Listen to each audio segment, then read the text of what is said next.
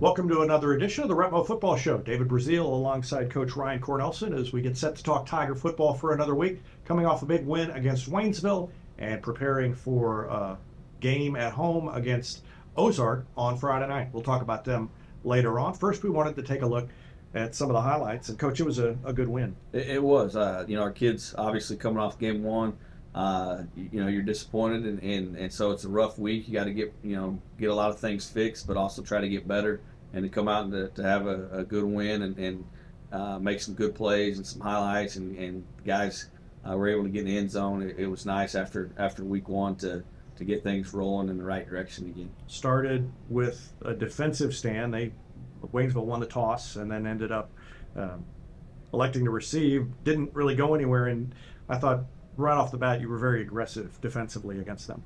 Yeah, it was somewhat of a basic plan. It wasn't a whole lot of new stuff or anything that was the kids had to learn that week. It was what we typically do, and our kids were able to play fast, and that's really what we try to do every week. Whether we put new stuff in or whether we're staying in our base stuff, we try to allow the kids not to think when they're playing, line up correctly, know what their job is, and then be able to play really fast doing it. And I felt like the kids did that for most of the night, or at least the first half when they were in. They were able to play really fast and cause Waynesville some troubles.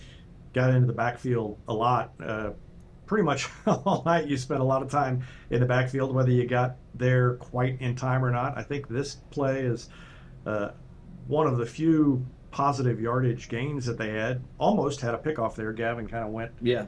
It took a step in the wrong direction. Yeah, otherwise would have had a pick six. And we probably got Gavin too excited. We told him that was coming and that he'd have an opportunity to pick it off because just the speed at which the play developed. So he got antsy and jumped it too early, and then kind of had a bad position and had to, basically the ball went right by him. So probably should have just let him play it like he normally does. We had him a little bit too excited, but there on that highlight, Ethan does a nice job.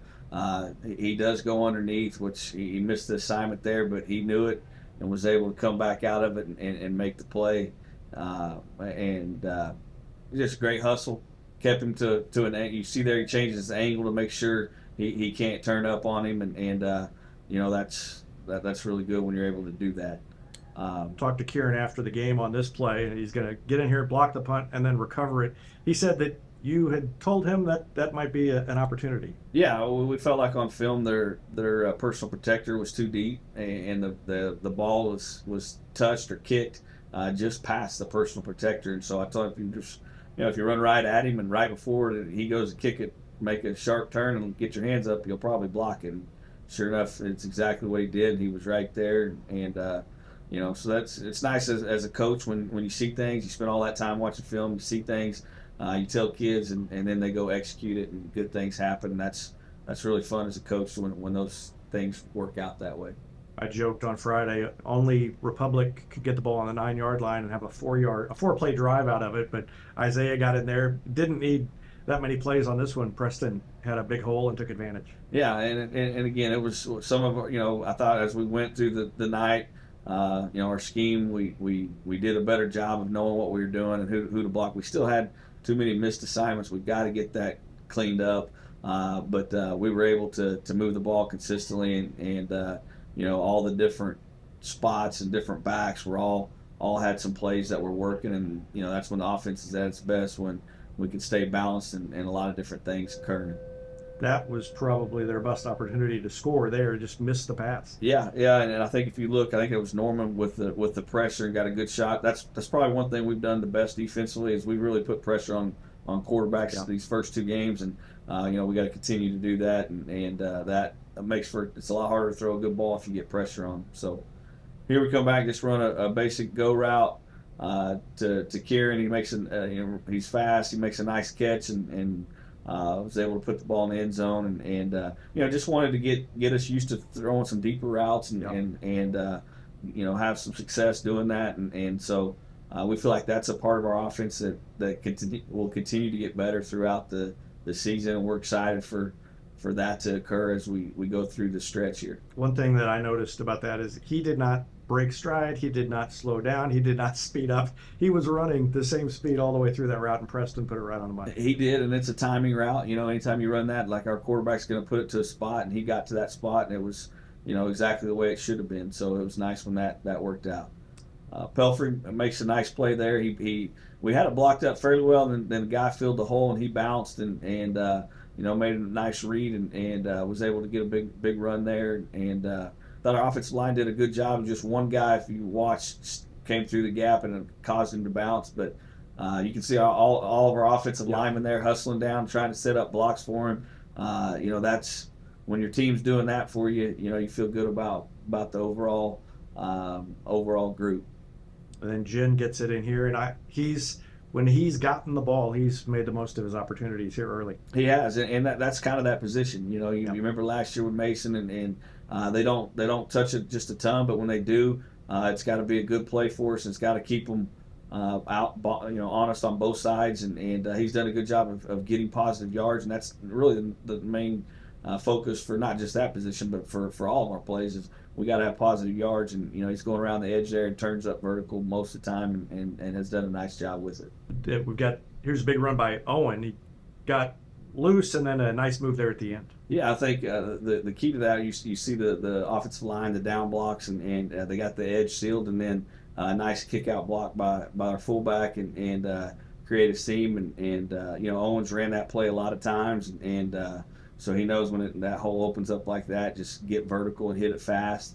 You got a chance to make one cut. He did, about 10 yards there, made one nice little cut, and found a way to the end zone. So, it's nice when it works out that way, and it was a good play for us. You had a touchdown by Greg Hicks there, and now you've got the run by Tristan Burks, and so you got some guys in who don't normally see action on Friday night. Yeah, you never know as a coach what how fast the game's going to go when it starts to be a running clock. So trying to get everybody in and figure out how to still run an offense without rushing.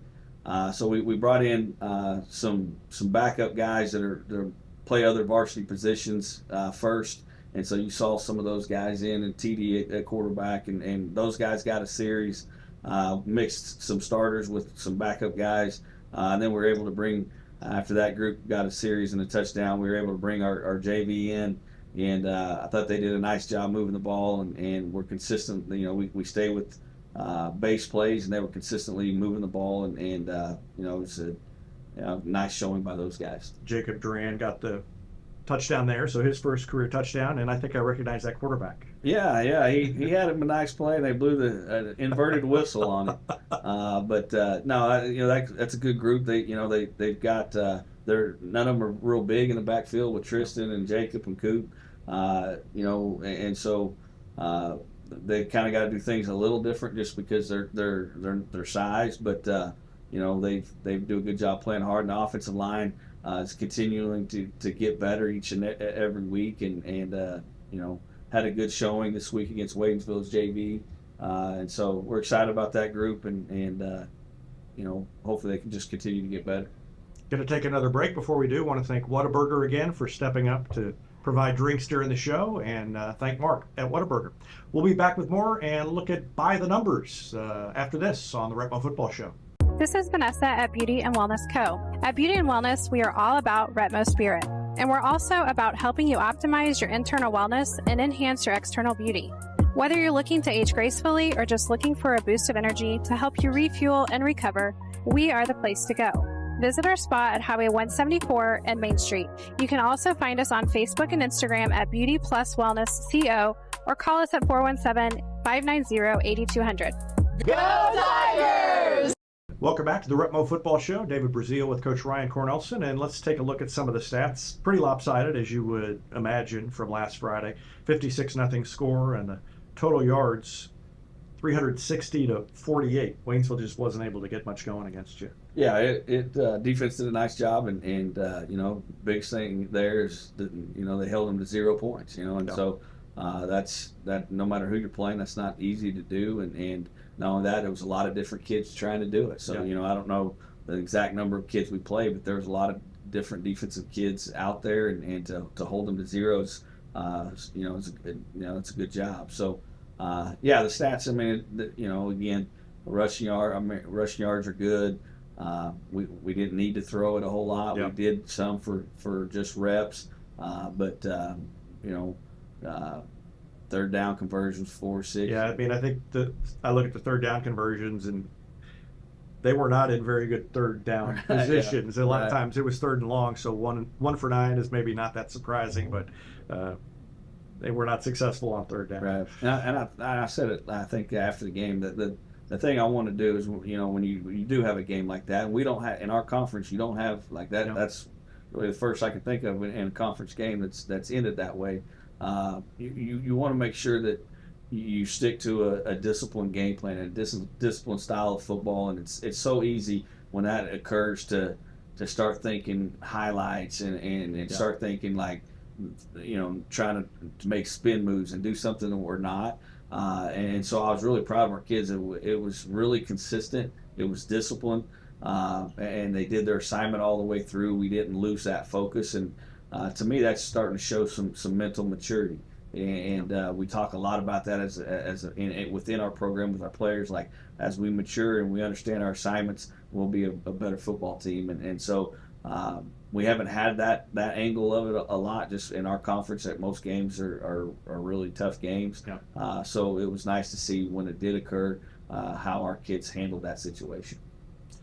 We're going to take another break. We've got Owen Klier coming up after this, and then Ethan Montiel. Stay tuned on the REPMO Football Show. Looking for your next ride? Come see us at Pinnaker Chevrolet in Republic. Not only do we have a great selection of new Chevrolets on the lot, we've got a huge selection of pre-owned vehicles, all makes, all models, ready to drive home today. Need to sell or trade? We're buying cars, trucks, and SUVs, and we'll give you top dollar, no strings attached. Fair deals with local people you can trust. Let our family take care of yours at Pinnaker Chevrolet in Republic or online at pinnakerchevrolet.com. Welcome back to the REPMO Football Show. David Brazil joined by Owen Klier, running back for the Tigers. And rough opener, then you turned it around against Waynesville on Friday. I know that's a different caliber of team, but what does that do for the confidence of the group just to be able to go out there, have some fun, get a win?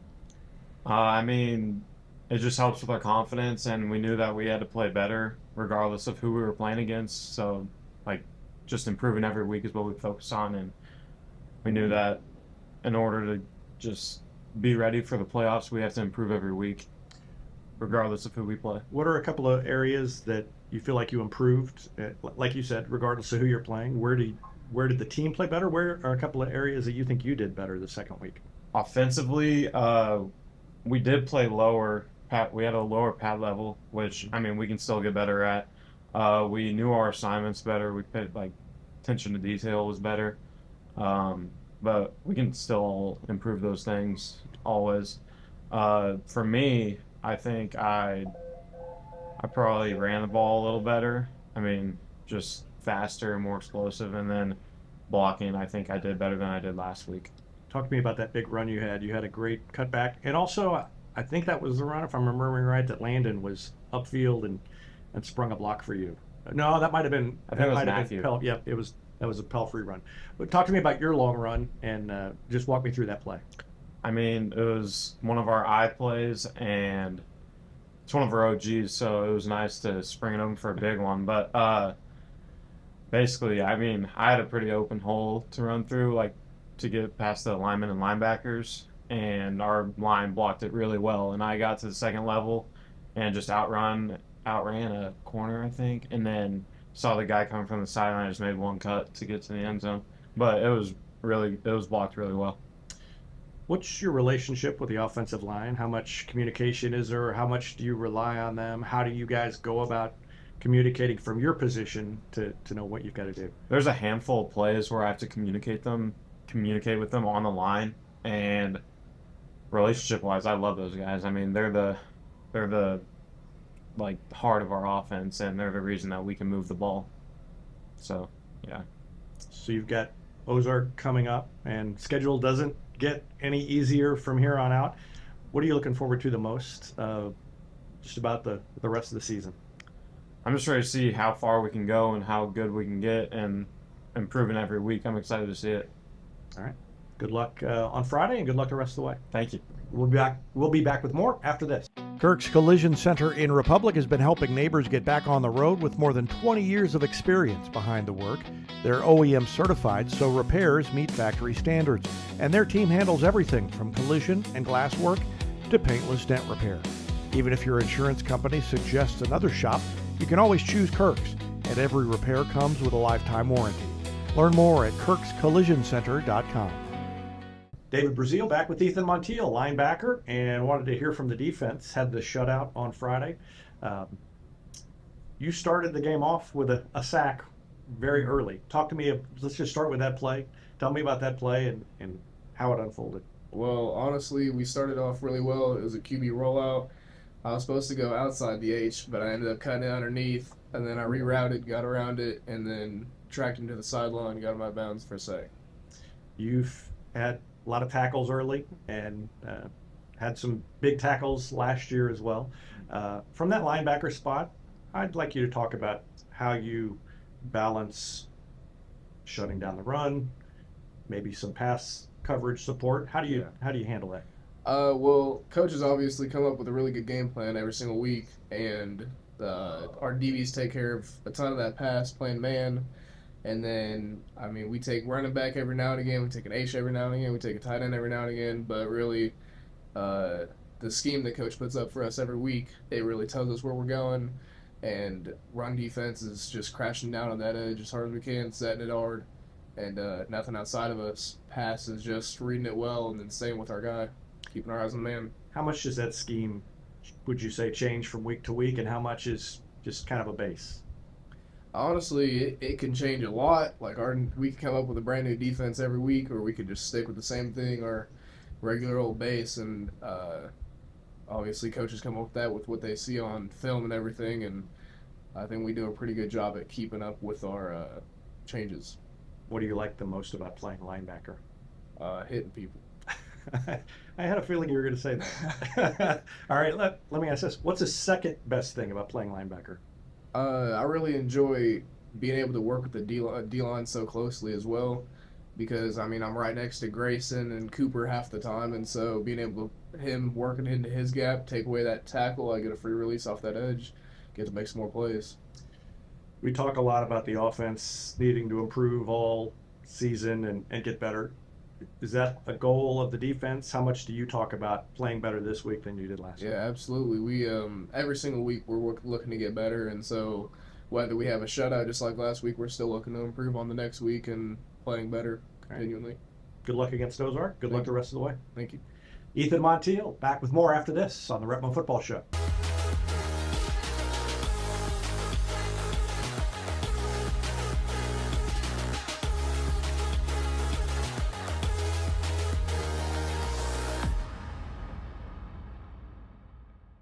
Welcome back to the REPMO Football Show. Tigers have Ozark coming to town on Friday, and what do you know about them? Good football team. Offensively, I was really impressed this week. They had almost 200 yards rushing and 200 yards throwing against Carthage, who you could argue might be, it's definitely one of the best defenses in our conference. So they moved the ball consistently through the air and on the ground. All right, I'm gonna close this. We're gonna start over. You're looking at that. Okay, I got you. And they don't know what's down there. All right, okay. So, all right. Welcome back to the REPMO Football Show. You've got Ozark coming to town on Friday. What do you know about them? Yeah, I thought they looked really good on film. They're 1-1. From an offensive standpoint, last week against Carthage, they had close to 200 yards rushing, 200 yards passing, so they're very balanced. And did that against, arguably one of the best teams or defenses in our conference. And so, to me, Carthage, watching them they've played in front of us, so we've seen them twice on film. They've got a really good defense, and Ozark was able to move the ball throughout the game. It wasn't just early or late; it was throughout the game. So they've got some really good skill guys that they'll use as running backs and as receivers. So they create some matchup issues that way, and so. It was kind of two different styles of offense, week 1 to week 2, but I felt like they moved the ball really well. So offensively, they're good. Defensively, they got a lot of new faces from a year ago. a very similar defense. They're going to leave 8 in the box. They're going to blitz. They're going to do all those things. Play real aggressive downhill. So we'll have to make sure we keep our pad level down and know who we're blocking when they're bringing, their different blitz packages and those things. What's to you? Maybe the same answer you always give. What's a key for you? What do you need to do well, specifically against Ozark to have success? Yeah, I think one is defensively to make sure, again, you'll see, and if you remember last year, they line up in a straight line, then they shift out, and so making sure you line up correctly to how they get to their offense. Sometimes they'll just bunch up, and then they scatter to their positions, and so defensively just lining up correctly. And sometimes it's not as easy as it would appear, like you're trying to figure out where your matchup is, where your man is, and those things. So from a defensive standpoint, lining up correctly will be a huge task for us, and we got to do a good job with that. And then offensively, like I said, it's the same every week, but more than what the score is, I'm more concerned what the film shows of our improvement. I mean, sometimes you can look at scores and think, man, from week 1 to 2, we really improved, but did we? What's the film say? So I want to be able to turn the film on Friday night or Saturday morning and see those areas of improvements, the things we've worked on. And it's every week is a new challenge, and this being that they keep 8 in the box at all times, and they're always have those linebackers are potential to blitz at any point through any gap. They run a lot of twist stunts and those things. Can we pick that stuff up? Because week 1 we couldn't. So can we pick those things up and know who our assignment is? So that's really for me, as looking for us as a program going through this season, is are we able to get some of that stuff picked up week 3 that we couldn't pick up week 1? All right. Good luck on Friday. Thank you, sir. That's it for this week's REPMO Football Show. We'll see you on Friday night with live coverage of Republic and Ozark starting around 6:45 with the Hines Street Pharmacy REPMO Football pregame show.